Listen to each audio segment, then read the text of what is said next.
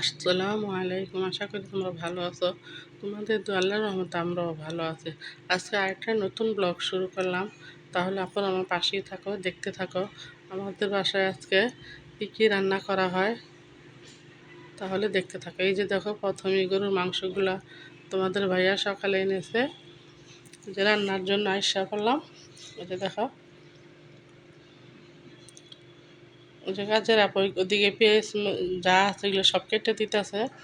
আমি এই যে মাংসগুলো ভালো করে ধুয়ে পরিষ্কার করে এই যে প্যানের মধ্যে একসাথে দিয়ে দিলাম, দিয়ে ভালো করে মেখে যত মশলা আছে যা যা দেওয়ার,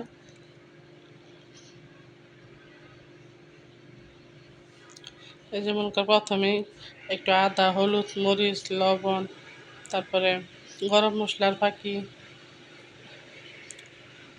যা যা দেওয়ার উপরে যে দিয়ে দিতেছি।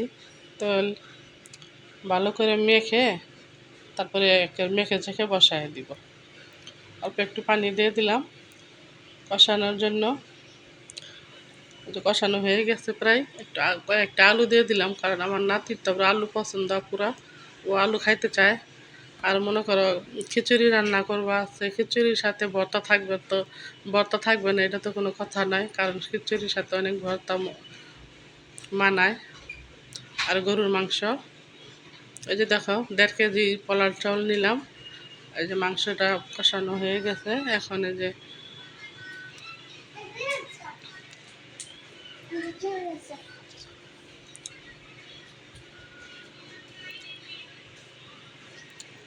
মাংসটা হয়ে গেছে পুরা। এখন এই যে আরেকটা খিচুড়ি বসাবো এখন।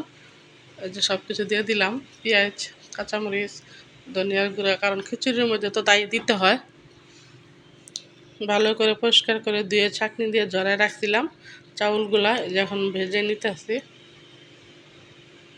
এই যে দেখো, মানে পুরা চালটা একটু কম দিলে ভালো হইতো, কারণ অনেক হয়ে গেছে।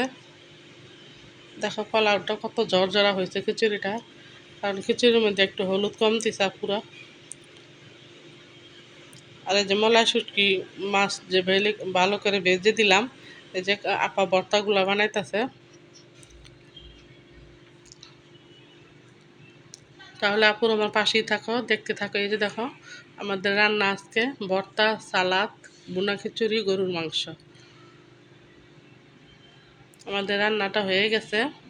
তারপরে এই যে দেখো, পায়েস রান্নার জন্য আইসা পড়লাম। প্রথমে যে দুধ দিয়ে দিলাম, দুধ জাল হয়ে গেছে প্রায়। এই যে এখন চালগুলা দিয়ে দিব। চালটা দিয়ে দিলাম ফুটানোর জন্য।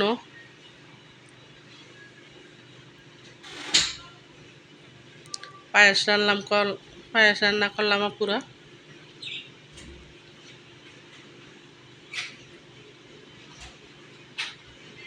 এই যে দেখো কতটুকু ঘন হয়ে গেছে।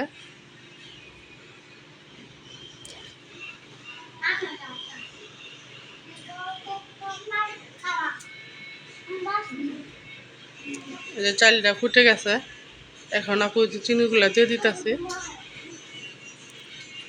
চিনিগুলা দিয়ে কতক্ষণ জাল দিয়ে তারপরে নামিয়ে ফেলবো।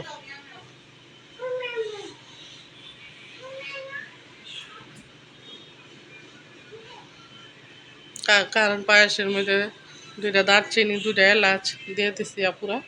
এই যে দেখো আমাদের পায়েসটা কেমন হয়েছে আপুরা, তোমরা কমেন্টসে বলবা।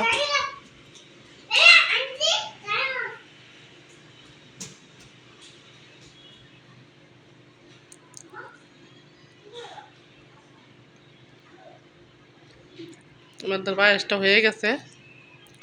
এই যে দেখো,